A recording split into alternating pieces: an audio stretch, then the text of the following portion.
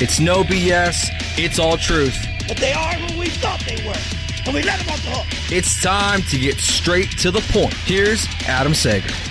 What's up, everybody? Welcome into episode 2 of the Straight to the Point podcast. Of course, I'm your host, Adam Sager. You can follow me on Twitter at Adam G. Sager. You can follow me on Instagram if you're into that whole thing, at the exact same thing, at Adam G. Sager. Please follow the podcast. You can go to Spreaker. You can follow it there.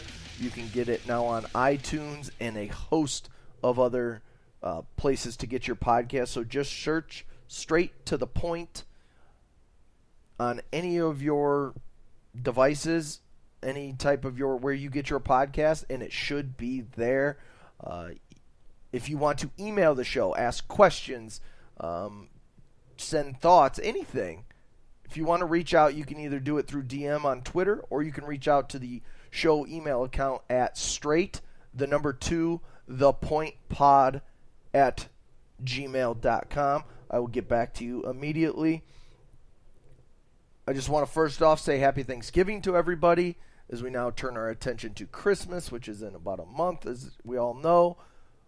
But we've had some fun over the last few days. We've had college basketball, a lot of college basketball, fun games. Yesterday we got Kansas-Gonzaga, two of the better teams in the country, and it did not disappoint. And if you like offensive basketball, we're seeing it all over college hoops.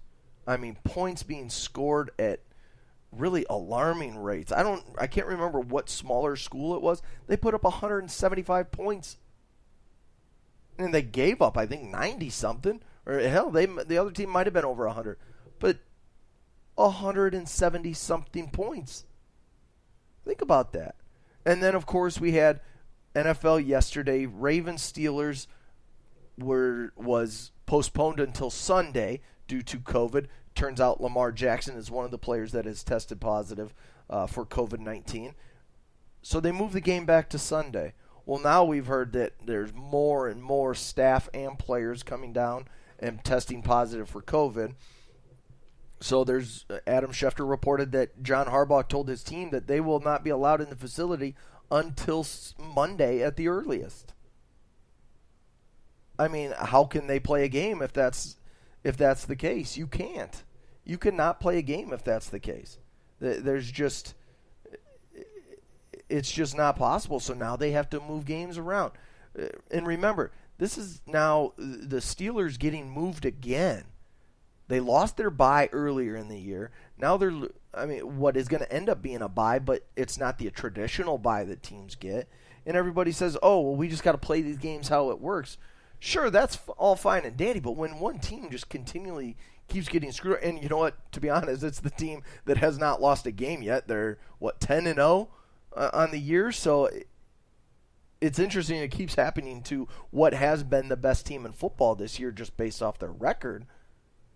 So we didn't get that game yesterday. That was the game everybody's looking for. It was supposed to be the night game, and it didn't happen. So what did we get on Thanksgiving, NFL-wise? We got 4 bad teams. The Houston Texans beat the Detroit Lions because Deshaun Watson is a top 5 quarterback in this league. Exactly what we've been talking about when we talk about Deshaun Watson. The fact that he can carry this team and win games for this team. The defense is no good. J.J. Watt made a great play yesterday, but the players around him are not good. Zach Cunningham is serviceable. I know he's leading the AFC linebackers in votes and all that because he has the most tackles because the defensive line outside of J.J. Watt has been awful. The secondary is no good there in Houston.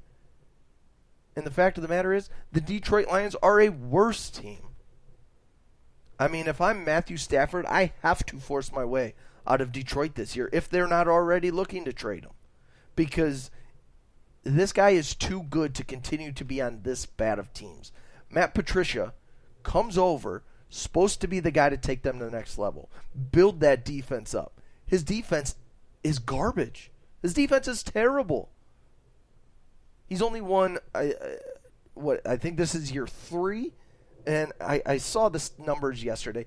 Jim Caldwell was over 500 when he was fired. I believe he was 36-28. And Matt Patricia is way under 500. I don't know the exact numbers. I don't have them right in front of me. But it wasn't even close.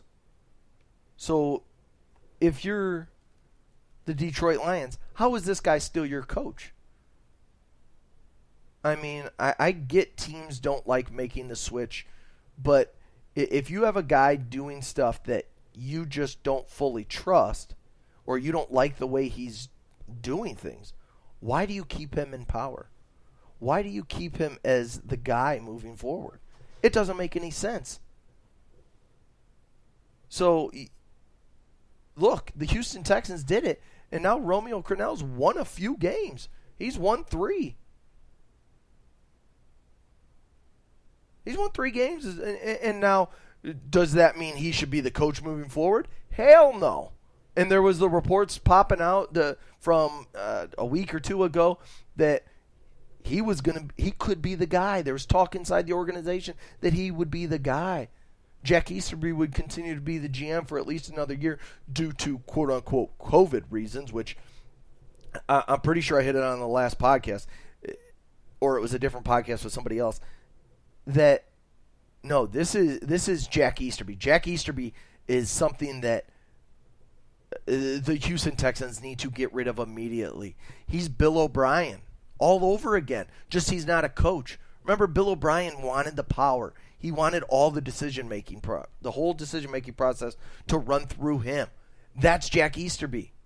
That is Jack Easterby. He is a very, I don't know what kind of in he has with Cal McNair, but he has it, and he continues to push for that power, and he's getting it. I mean, I keep seeing Texans fans hit me up on Twitter and say, oh, you know, whatever GM comes in is just going to get rid of Jack Easterby. No, that's not how it works. Jack Easterby right now is the VP of football operations. That's higher up than the GM. It doesn't go GM, VP of football ops. No. That's not how this works. It's not like Jack's going to go to be an assistant GM. No. He is high up in this organization. It's not going to shock me when the GM comes in if Jack is named president of football operations and given that little bump, a little promotion up to being president. So again, we had 4 bad teams yesterday. And, I mean, the standout player was by far Deshaun Watson, who in his last 6 games has been incredible. I mean, if you know anything about me, I was on in Houston locally for the last 2 years or so, 2 football seasons, and there were times where I was critical of Deshaun Watson, but I always said he's still a top 5, 6, 7 quarterback in this league. And that's exactly what he is, and now he's showing that he's growing. I saw a PFF article, Pro Football Focus article today of Deshaun Watson's becoming a better quarterback without DeAndre Hopkins. I still think that's a load of garbage. I think that this is just Deshaun in his maturation becoming a better quarterback. But here's the thing. We could talk about how he got better. That's still not the whole case here. The whole thing is what's going to happen after this. Yes, he has some nice wide receivers. Will Fuller's really, really good. Brandon Cooks is a solid wide receiver. Randall Cobb is a solid number 3. Kenny Stills has been hurt. Randall Cobb, I think, just went on IR, so he'll be out a minimum of 3 weeks. Kenny Stills is dealing with a foot injury. He's got some decent weapons. Jordan Akins is showing to at least be a solid tight end in this league, a pass-catching tight end. Darren Fells is shown to be a good red zone target with a little help at blocking. But what happens next year? Okay, your tight ends are still there. Sure. Lock them in, and you know what? Maybe at some point they actually get Kahale wearing a catch.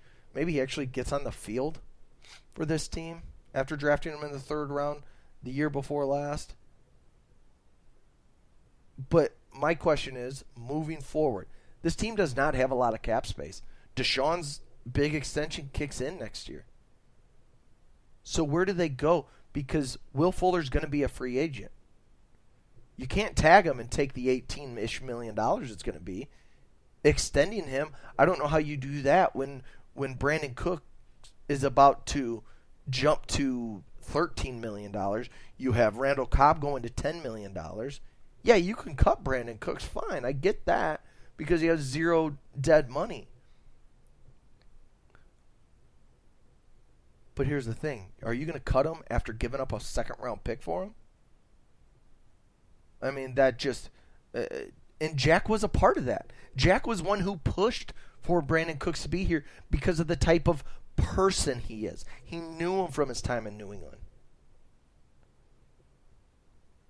So Jack pushed for Brandon Cooks to be there because the type of person he is. Are they going to give up on him after 1 year? Because here's the thing. You can't have, even if Will Fuller gets an extension, it's going to be in the, I would say, Cooper Kupp range of about anywhere from $15 to $17 million is, I believe, what Will Fuller will get on the open market. So let's look at it this way. You can't have, let's just split the middle there at 16. You can't have 29, close to 40. You'd have, just doing quick math, you'd have about $42 million invested in the wide receiving core. You can't have that. That's way too much. That is way. You can't have three $10 million wide receivers on your team. Especially when none of them are a clear-cut number one. I get you like the depth. You like the ability to spread it around. But I don't think that's an option with this particular team because of their cap space. They have so much work to do defensively. You locked in Bradley Roby. You locked in Zach Cunningham. J.J. Watt's a huge question mark. Huge question mark going into the next year because he is owed $17 million and he has zero dead money.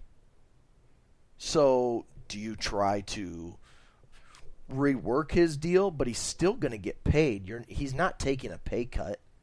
He would be stupid to take a pay cut.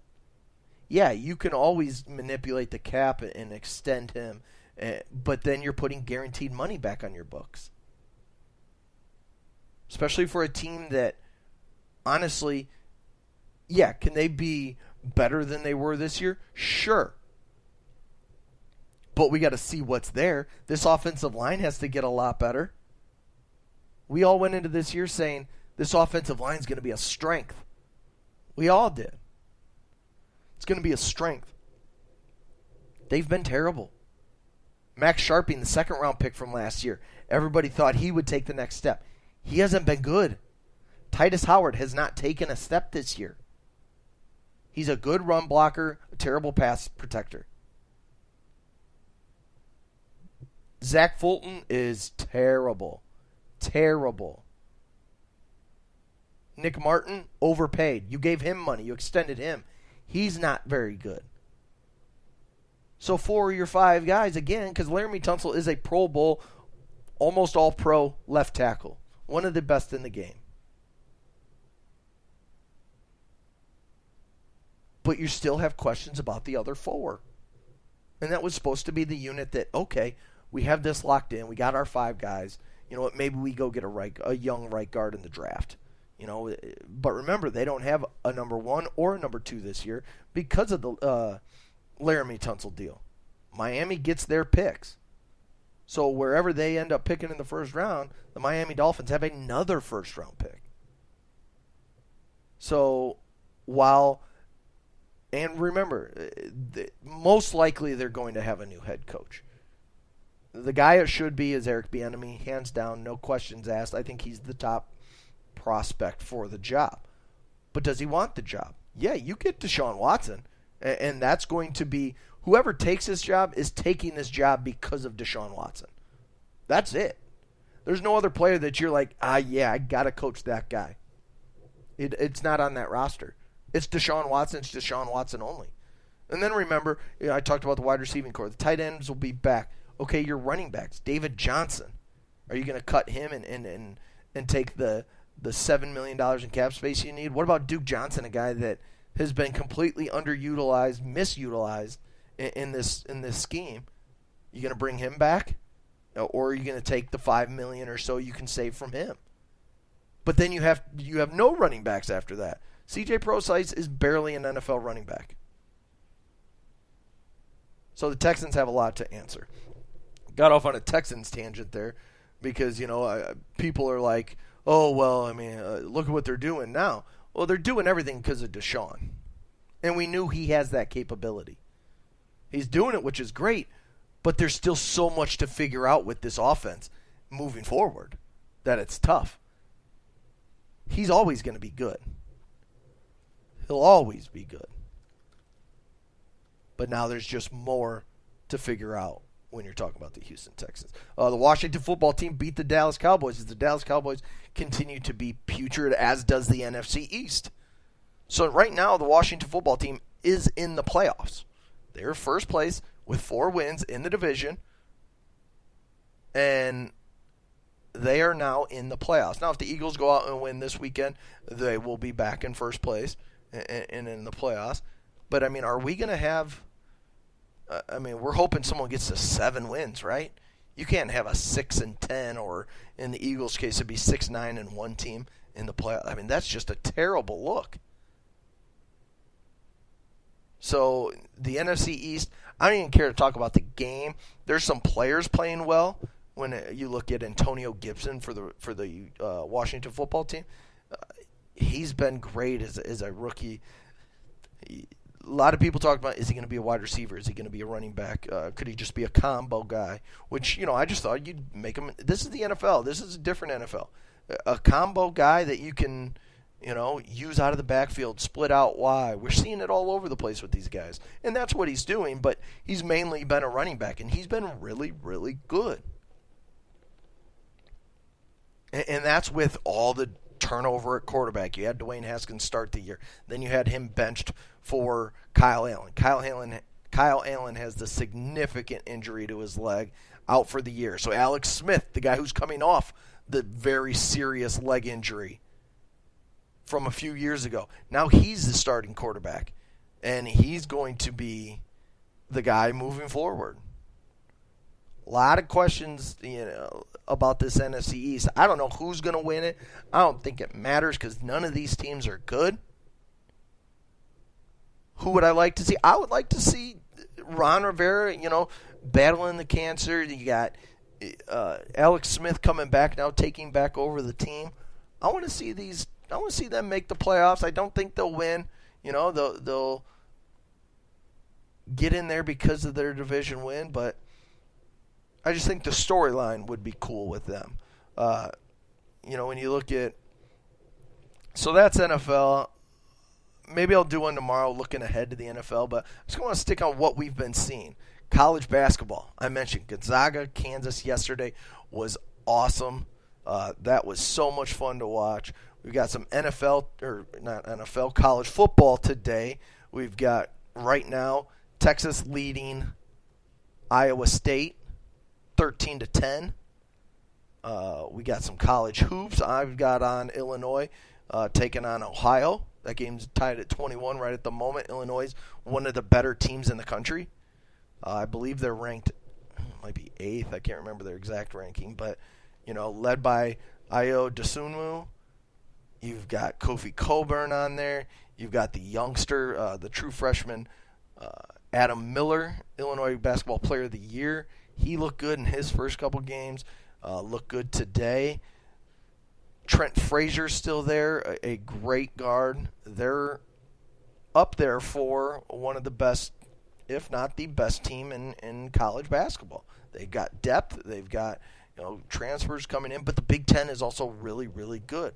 Iowa, Luka Garza will be one of the finalists for the National Player of the Year. He's that good. That team is deep. They play defense. Need to get a little bit better defensively, but they score the ball just as good as anybody. You've got Michigan State, as always. That team, loses Cassius Winston, loses Xavier Tillman, and they're expected to compete. That's what Michigan State does. You've got, let me see who else you got in there. You've got Wisconsin, who's always really good. Michigan is in a year 2 of Juwan Howard. You've got Isaiah Livers. You've got Franz Wagner is your 2 main pieces. And then you've got some depth as they build up, a younger team. And it's kind of, I don't want to call this the reset year for Juwan Howard because they're expecting to compete. They're expecting to make the tournament, whatever kind of tournament we have. But when you look at it, you've got, I mentioned Livers and Wagner. They should be players. You've got the youngster in Hunter Dickinson who played well in his first game, the big 7-footer lefty who can step out and shoot. So the Big Ten is going to be good again. There's a lot of talent in this conference. The big question is, can they win? Can they win the national title? It hasn't happened since 2000 with Michigan State. Mateen Cleaves, that team, that's the last Big Ten team to win a national title. Michigan's been there a couple times. Some other teams have been there. Now it's time to get over the hump. And I mentioned it's kind of a change year for Michigan. They just locked in the number 1 recruiting class in the country. Juwan Howard is doing work on the road. Now they just need to continue to build it up and build these kids, develop these kids into legit players in college hoops. And that's what they'll do. Juwan Howard is one of the best coaches, and he'll continue to grow as a coach. But, the Big Ten is going to be fun to watch. Of course, you're going to have Duke. Gonzaga and Kansas yesterday, both over 90. It was a fun game to watch, but I think Gonzaga is the best team in college basketball. They're deep. They can score, obviously, when you put up that many points. So there is a lot of fun to be had here in college basketball. We've had a ton of cancellations already. So that is going to be frustrating, just like college football has been very, very frustrating. We just found out USC's game got canceled this weekend in football. There's just too much canceling going on right now, and I get you got to have protocols, but some of these protocols are just making it, pretty ridiculous. When you've got Notre Dame beating Clemson, but Trevor Lawrence can't play for Clemson, yet he can be on the sidelines. And it's because he's got to pass the test, the heart test. What I don't know what it's called, but if you look at it, it's definitely something that I think is ridiculous when you say a kid can be on the sidelines, but you know what? We can't have him play because he's got to pass some to get that test done before the game. Plain and simple, get that test done before the game. So it's been really frustrating this college football season. We had teams start late.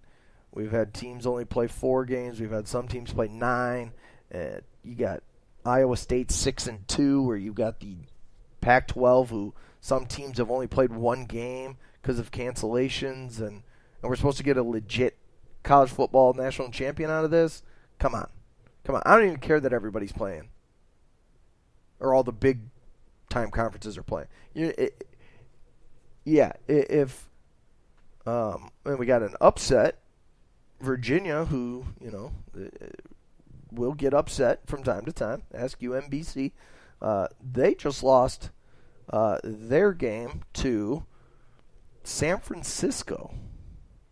San Francisco beats the number 4 team in the country 61-60. I mean, putting up 61 against Virginia is like putting up 100.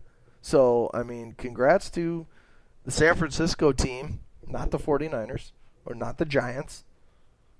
University of San Francisco, they beat number 4 Virginia on this Friday after Thanksgiving. So congrats to them. But yeah, back to just the COVID concerns. It's getting very frustrating, the fact that listen, I know you want to be safe and everything, but and teams want these games played. Just, it's hard for me to say, yeah, it's a legit champion. What if Clemson, for some reason, doesn't make the Final Four? We're going to say, yeah, this is a legit championship, but the one game they lost, they didn't have the best player in the country, the number one overall pick, the hands down number one overall pick. What if Ohio State has 2 games or 3 games canceled throughout a season? They're 6-0. Are we going to put them in the college football playoff? What about the Pac-12? What if they have a bunch of games canceled, but USC, who squeaked by in their first 2 games, is 5-0? I mean, how do we do this? So those are the questions I have regarding college sports and COVID. The professional sports, they make it work.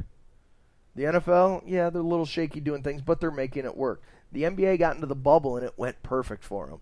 So, but now we got to see what happens once this season starts. How does it work? What are their plans? And that's what we're going to have to kind of wait and see exactly how it all works out. Of course, we had the NBA draft go off without a hitch the other last week when Anthony Edwards went number 1, James Wiseman went number 2, and LaMelo Ball went 3, Patrick Williams went 4. So, I mean, we got some NBA news, free agency.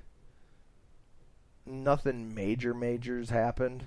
We've had some trades, Chris Paul to the Suns, and some other stuff. So it'll be interesting. It will be a 72-game season for the NBA this year, not the typical 82, but it'll be 72.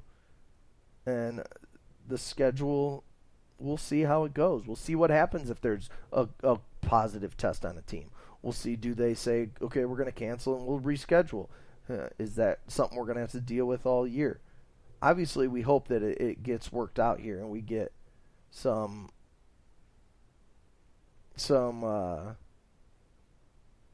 things figured out in terms of just the virus itself.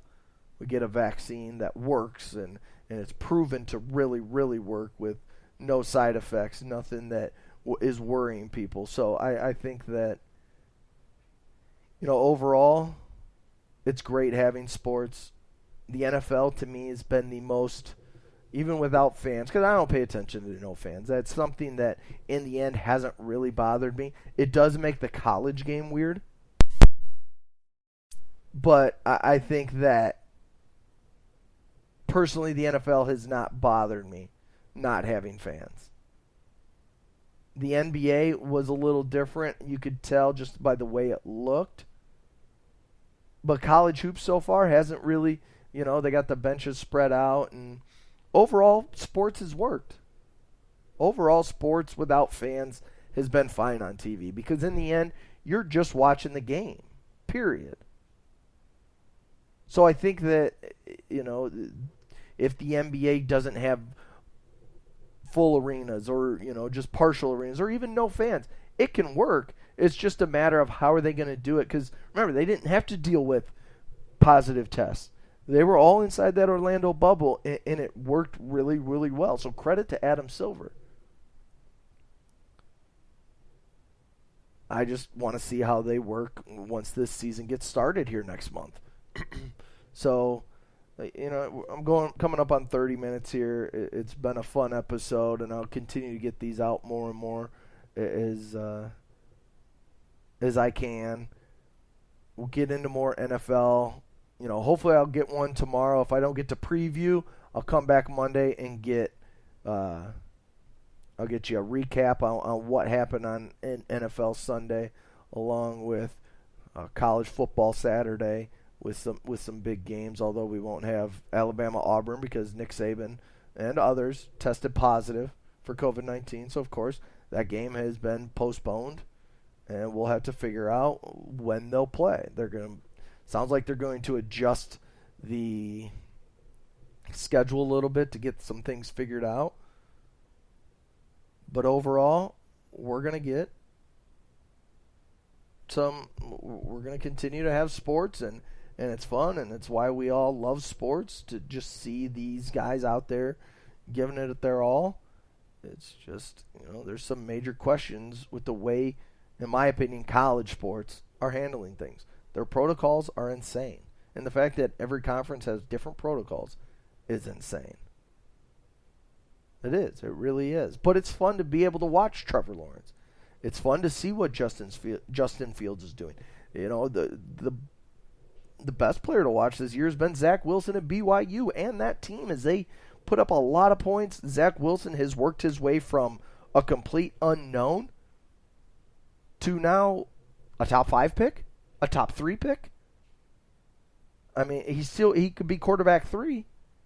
I think right now he has surpassed Trey Lance, because Trey Lance has only had the one game, and that's all he's going to have.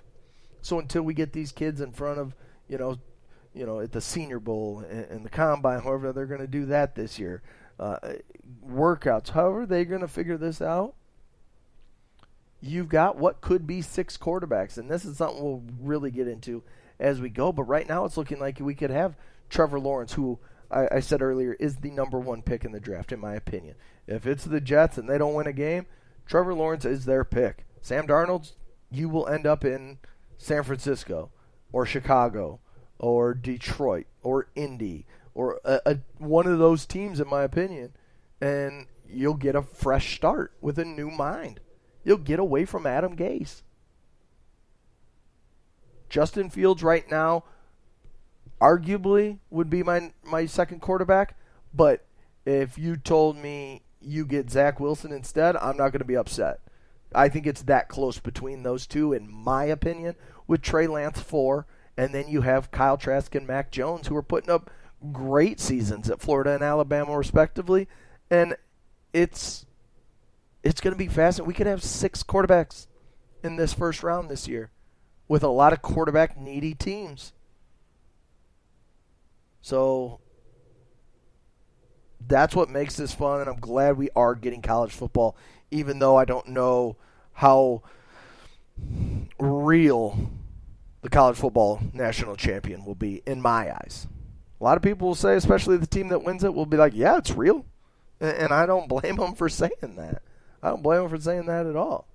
But it's just the way that things have been going and the way things have gone from the beginning, that it's just hard to say it's legitimate. But just want to thank you guys for listening. I'm glad you like the show. Again, you can follow it. You can follow me on Twitter at Adam G. Sager. You can subscribe to the show. It should be on iTunes now.